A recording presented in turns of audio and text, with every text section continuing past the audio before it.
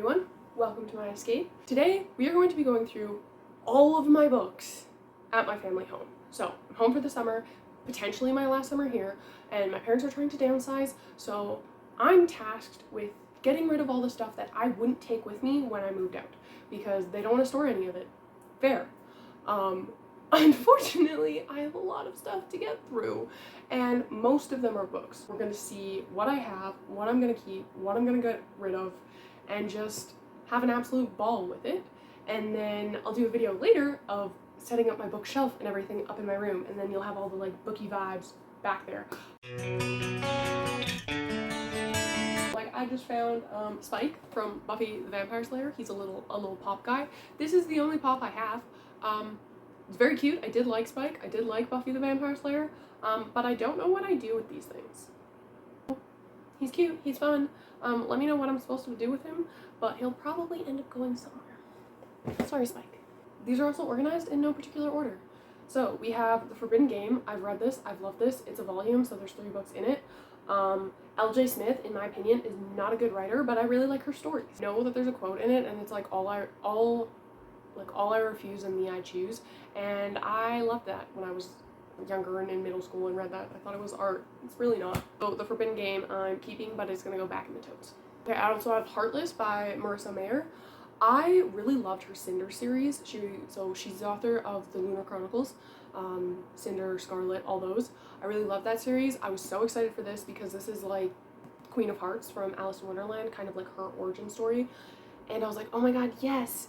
And then it went off the rails towards the end and they did a bunch of weird stuff and I didn't end up liking it, but it is a really pretty book and I like the author, so it's probably going to go on my shelf.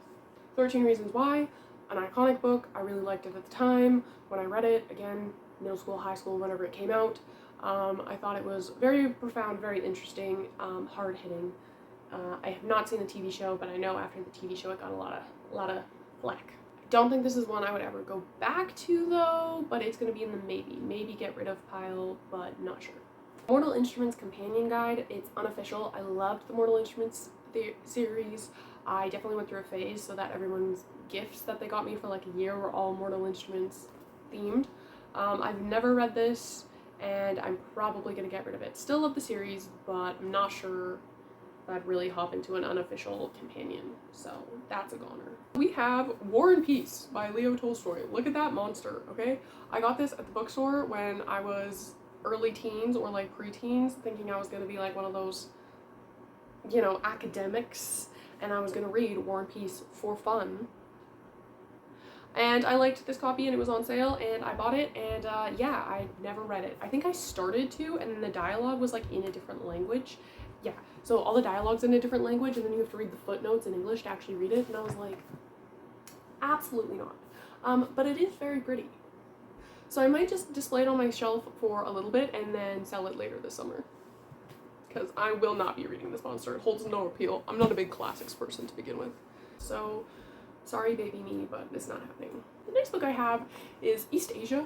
This was my textbook from my first year history class in university, and it was the history of Southeast Asia, and I absolutely loved the class and I was fascinated, and the textbook is honestly just like gorgeous. Like, it's just a very nice textbook. If you are in university or you have ever gone to university, you know that most of the textbooks are boring and they're atrocious and they're awful, and I would pick this up and I would do my assigned readings. My first year baby me did her assigned readings sometimes. In this class I did, because it was actually fun to read and I felt like I learned, and it wasn't like boring and terrible and awful. And they have like pictures and they have like cool little side notes and everything, and I would read the extra side notes that weren't even assigned. So yeah, I should have sold this and got my money back because textbooks are very expensive. I don't want to, and I want to keep it forever because it actually makes me happy.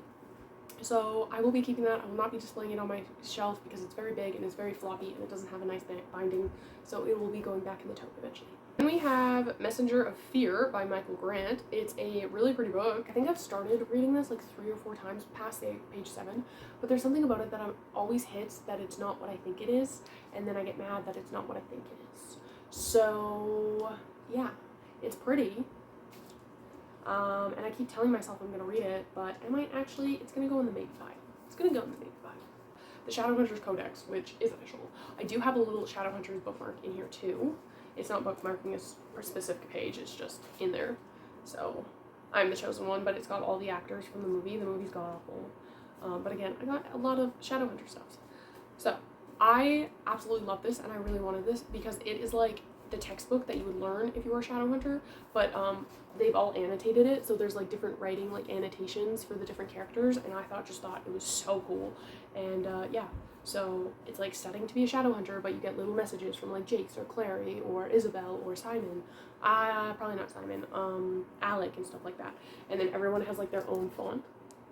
I thought it was super cool. It's definitely staying around. It might go on my shelf, but probably it'll just go back in the box for now. You may be asking, if you're gonna put it back in the box, why even keep it? Or why are all your books in the box to begin with? Love my mother, love her to death. She does not like things out. So if something doesn't need to be out, she doesn't want it out. And if you've read a book, in her mind, it's done, it's over, it's gone. So she reads a ton, but she reads it, and then she gets rid of it. And that's not me. So our compromise was, while I'm at school, they'll store them, but they have to be away, out of sight, out of mind. So they're in all these totes. But I will be putting them back in the tote because for the summer, I still live with them. I'm only gonna have one bookcase, so I'm not gonna have room for everything. Once I get my own place, then I'll have enough bookcases to display all of my books, and they will no longer live in totes. So don't worry, they will see the light of day eventually. Nancy Drew book. Look at that. That's in very poor condition. This will be a goner. I never read Nancy Drew. I thought a couple times I was gonna get into it, and I never did. I did a couple of the Hardy Boys books. But never Nancy Drew. Then we have The Agency, which was like a historic fantasy of some sort. My friend really liked this series, and I'm sorry if you ever watched this video, but I never read it. I think she got me this as a present, and I just never picked it up. I was never that really into the historical thing. It still doesn't hold any appeal, so honestly, never gonna read it. It's gonna go. Then we got a bunch of school books. So we have Great Expectations, Charles Dickens. Never read it, never gonna read it, it's gone. And we have The Adventures of Tom Sawyer. Never read it, never gonna read it, it's gone. Then we have The Curious Incident of the Dog in the Nighttime. I read this in grade 10. It was for a project. This is one of the only books I've read for school that I ended up really liking. As soon as you assign a book, it's no longer fun. So, this being that it was assigned in school, read it for school, and I actually liked it, is huge to me. So it's like a contemporary mystery told through the eyes of this young boy, and he has autism or Asperger's. I don't exactly remember, it's been a long time since I read it, but it was really good. So there's like him trying to process through like what happened to the dog in the nighttime, and then it's the way it's written and told is like very interesting, and there's like math equations to explain kind of like how he's processing things, and it's a lot of dialogue and just, I don't know, I thought it was a really cool format, I thought it was a really cool basis, I thought it was written really well, and it had my attention the whole way through, and I haven't ever read a book like it. So The Curious Incident of the Dog in the Nighttime, I would recommend to literally everyone. I will be keeping it. I don't know if I'll put it on my shelf, I'll put it on the maybe, but yeah. I have The Day of the Owl, which was another book I read, I think actually for the same class. It was good, I think, for like an assigned book, but again, falls into that trap of it's assigned, so I don't like it. I don't really remember what happens. I remember it's about like the mafia in Sicily, so that was really interesting because we were in Italy at the time, so learning about like the mafia in like the 1920s or something like that in Sicily was kind of like a really cool contrast because it still has like prevailing effects today. But I honestly might read this again because I really love mafia romance, so I might just crush this novella and like see how it compares. So maybe a reread, but once I reread it, it'll be donated. I have The Iliad. I don't even think this is my book. I think this is my sister's book from school. I've never read it. It's also very water damaged, so yeah, that's gone. So then I have A Short History of Nearly Everything. I keep picking this up. I think this used to be like my dad's book, and then I don't know, I just kept being like, oh, I'm gonna read this, or oh, I'm gonna read like a chapter of this every other week or something, because it just seems cool. Like, it's just about different things and it's super random and like, why not? But I've never actually read a single thing from this, so I think I'm just gonna get rid of it. Okay, more oldies. We have The Black Pearl by Scott Odell. It's really short. It's not even 100 pages, so I might crush this soon. If I don't crush this by the end of the summer, I will get rid of it. But I'm feeling myself maybe going into a pirate era, and all my other pirate books are back at school, so we'll keep this for now. Catcher in the Rye, never read it, never going to. I'm not a classics person, I'm so sorry. Wuthering Heights, brand new. I got this in a collection with Jane Eyre and Pride and Prejudice. I love Pride and Prejudice. Love it, love it, love it. Only classic I love. So that's somewhere else. These two I never even cracked. Again, I went through a phase where I thought I was going to be a classics girly. I'm not. So we'll be getting rid of these as well. And The Adventures of Sherlock Holmes, I've never read. I did just get a murder mystery puzzle book though, so I might read this while I read that just for the vibes. But if I don't read this by the end of the summer, I will get rid of it. Prophecy, a historic thriller by S.J. Paris. I remember getting this in the store years and years and years and years ago. I was with my grandma. She took me on like a birthday book trip. I got this. I got another book that I will show you later. And I was so excited to get into this. And I have never cracked it. And I'm wondering why. Because that is a really vivid memory. So I couldn't even tell you what this is about, but I know I was really excited. The cover's kind of cool. It's got like, I don't know if you can make it out, but it's got like the faded compass and stuff on the back. I don't know if it's compass, but pentagram. I don't want to part with it though, so I don't think this is going to go on my shelf, but I will be trying to read it. Hamlet, Prince of Denmark. We did it in school. I read the Spark Notes. I got a really good grade, so if you are ever doing this in school, just do Spark Notes or Cole's Notes, and done. I'm not reading it. The History of Rome. This was one of my dad's textbooks from his university days. When he was getting rid of a bunch of stuff, I was young, and I was like, that's so cool, that's so cool, that's so cool. So I kept a lot of his old textbooks. Also, can we appreciate this was $29.75? If you went to buy this university textbook now, it would be like $200. It's a hardback.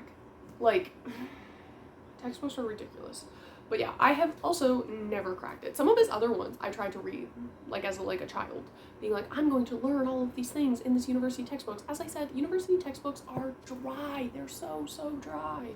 I will probably get rid of it, but I might ask him first. Actually, no, I will ask him first. I have Juliet Immortal. This is a series. I only read the first one. It wasn't bad. It was a little too romanced for me, and which I don't know why I didn't expect that. I don't remember why I ever got it. But I do remember reading it. It wasn't the worst, but I had no interest in continuing the series whatsoever, and I don't remember a thing about it, so it'll be gone. Book 5 and 6, I think, of Vampire Academy. I love Vampire Academy. So we have Last Sacrifice in this edition and Spiritbound in the original in hardback. Okay, you guys can hate on it all you want, because you know what, there's valid reasons to, but I had so much fun reading this, and also adore Rose Hathaway. Adore Rose Hathaway. One of my favorite characters ever. I'll keep them if I have the whole series. If I don't have the whole series, I will get rid of them, and I will probably get rid of this one either way, because I don't like these covers, I don't like the editions, and they're hardbacks, and I wouldn't collect the rest of the series in hardback. I'd get it in this edition, and I'd get it in paperback. And then I have books 2 of 3 of Sent and Sabotaged. Oh, The Missing is what the series is called. So, book 2, book 3. I read the first book. I really enjoyed the first book, and then I just never continued with the series. So these are like still shiny, brand new, untouched, and I just never continued with it. I don't know if I will. I don't think I would. I'm kind of aged out of these now, but yeah, that's kind of sad because I really did enjoy the first one. And I have Earth, A Visitor's Guide to the Human Race. I don't know how I have this. I don't know where I got it from, but it's kind of cool. I don't think I've ever opened this. It still smells like a new book, and it's just about random stuff. So, oh, I opened it to a book page. Books. Books are the permanent repository of all mankind's knowledge and wisdom, a painstaking and detailed record of our entire existence. Please feel free to thumb through them, although chances are you're going to want to wait for the movie. Well, that's insulting. But anyways, it's actually kind of pretty, so maybe I'll keep it. I don't know. I don't know how you guys feel about coffee table books, but I think this would be a good coffee table book. But I don't have a coffee table because I don't have an apartment, so that'll go in the maybe pile. Okay, so Tote 1 is officially done. I'm rid of 17 officially. I'm waiting on 6 if I get through those in the summer. Then I'll decide at the end of the summer. If they're not read by the end of the summer, they're gone. And I have 4 I'm hemming and hawing over. I don't think I will be showing all of them because on editing like that would just be such a long video. So I don't think I'm going to do that. So if my math isn't adding up, just trust me. I have Spyology. I was obsessed with these books. I think I have 4 of them. It's like when you open it and then you can do different stuff on the pages. So this, which does this one do? I think this one, like, this opens and then like it flips open and it's all about like being a spy. I think they're so fun. I still think, that was not past tense, I still think they're so fun. You flip through it, yeah, like you can touch everything, and then some of it you can't tell, so you have to like feel it. Like it's fun. It's fun. Will I ever read it? Probably not.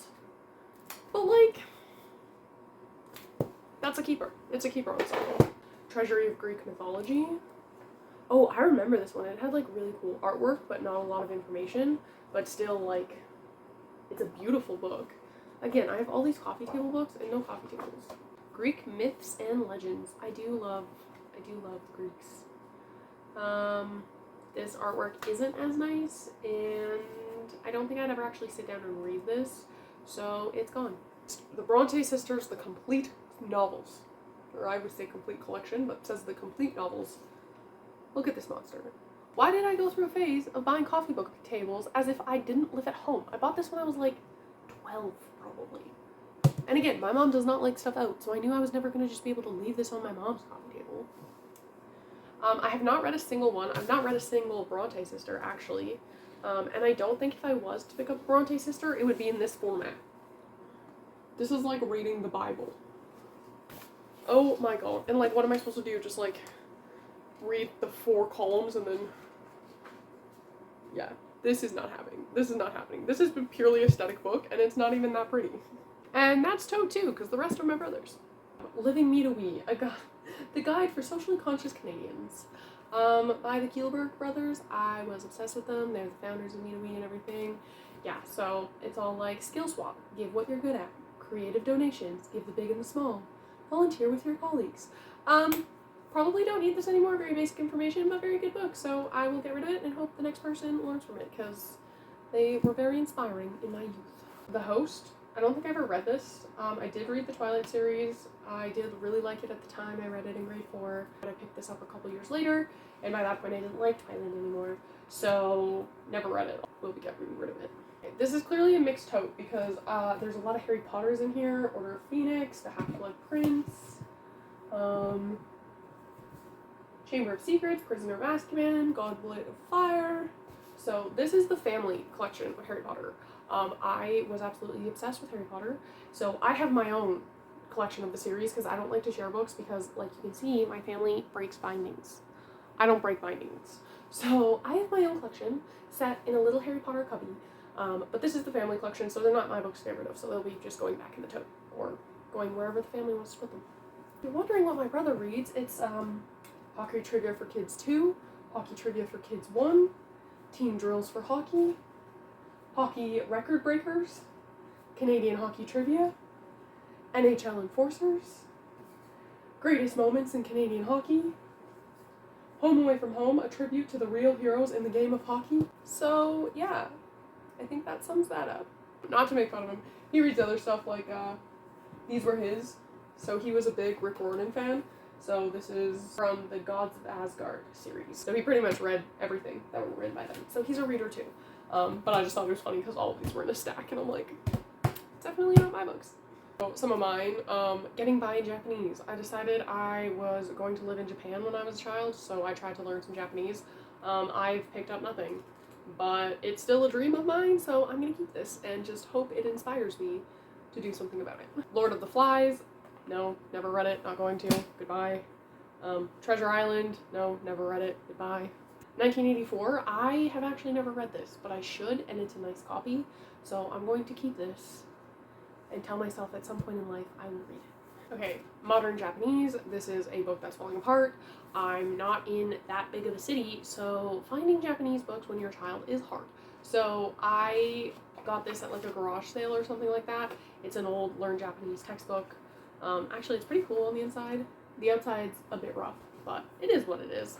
I'm gonna keep it because, again, I would like to learn Japanese and I would like to live in Japan.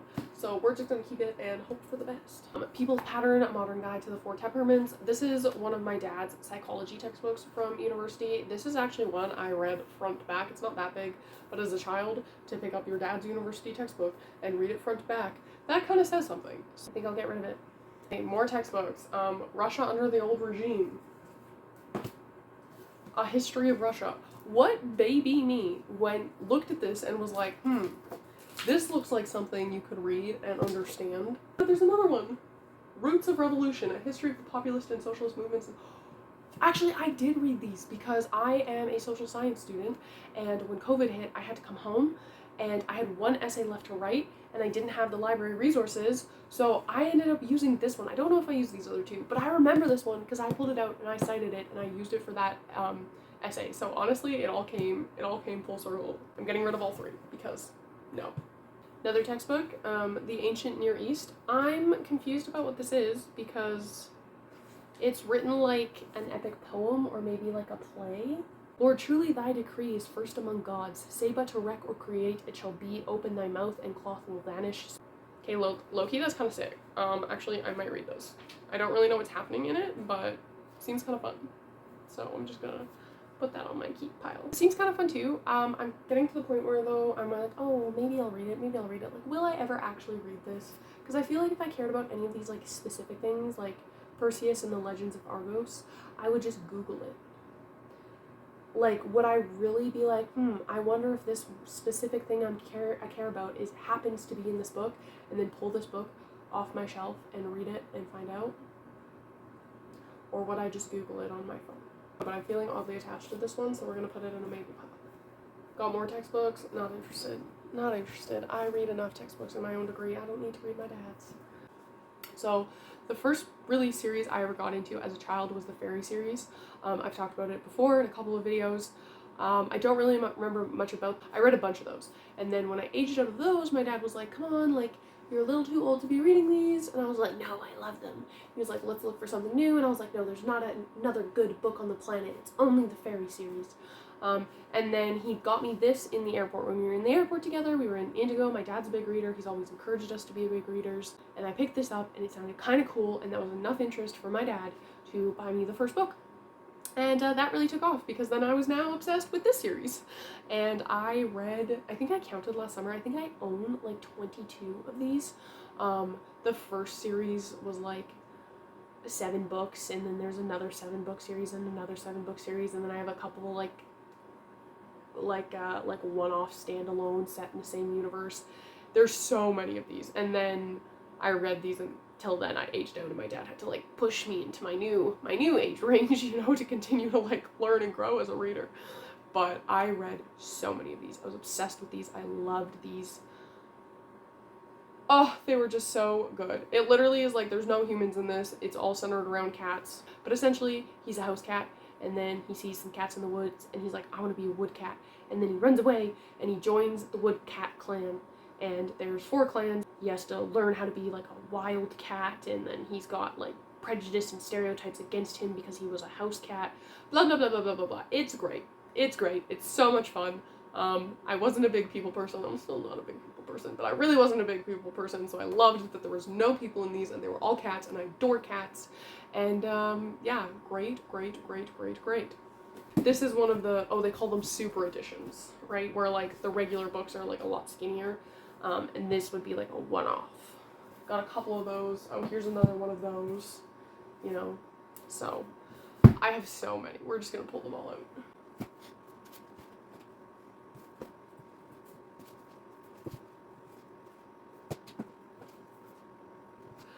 Unfortunately, I will be getting rid of these because they're not something I would ever go back and read again, but I hope they land in someone's hands that will love them like I did.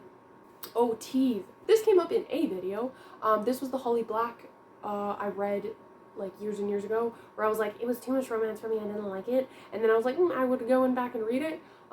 Here it is. So I might just go back and read it, so I will put it in my collection of if I don't read it by the end of the summer, it'll go, because I didn't like it the first time I read it, but now I'm a romance reader, so maybe I'll like it now. Found. So it's the first one of the other 2 that I said was really good, and I liked the first book. I'm wondering if I waited too long to pick up the second and third, because this one's paperback and the other 2 are hardbacks, so I might have just fallen out of the series by the time I picked up the next 2 and then never jumped back in. That would make more sense rather than having the other 2 and not immediately picking them up. But I'll probably be getting rid of these. They're a little too young for me now, unfortunately. Defiance. I don't remember what this book was about.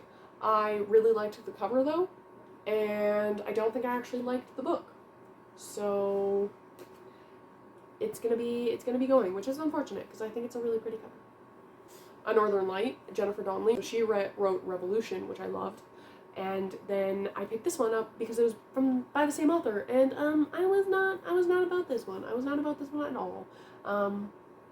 Yeah, no, it had its like, to me, it was like a little dark and depressing. I always read for fun, so if you're like an actual drama reader, you're probably like, oh, this is nothing, but like it made me sad. So yeah, it was a pretty story, I remember, but I didn't like enjoy reading it because it really wasn't my thing. So I will be getting rid of it. Fearless. I've never read this, never cracked this, couldn't tell you a thing about it. So I will read the back in my own time, and it's going to be in the maybe pile. Then we have The Hunger Games, Catching Fire. Mockingjay is going to be in there somewhere. I loved the first one. I hated the second one, and the third one was okay. But these are actually family books because my whole family read the series, so they're not my books. So I don't make the decision on this. Legend by Mary Lou. I know so many people love this book, and like it's a hardcover. It's a nice edition. I don't know why I never picked it up. I might have been leaving my dystopian era, but yeah, I've never read this, so I'm gonna put it in the maybe pile. The Maze Runner. I loved this book, and I never picked up the rest of the series because everyone told me it was absolutely awful and I should just stop with the first. And I was like, you know what? Respect. I get that. I'm gonna keep it. We have Beautiful Creatures. I actually really, really liked the first one, and then I could not stand the second one. Couldn't get through it, DNF'd it. I'll probably keep this one because I did enjoy it, and it was signed. It's signed. But the second one will be here somewhere, and it's going away. 4, which is like scenes in 4's perspective, or Tobias's perspective. We have Allegiant, which is the 3rd book.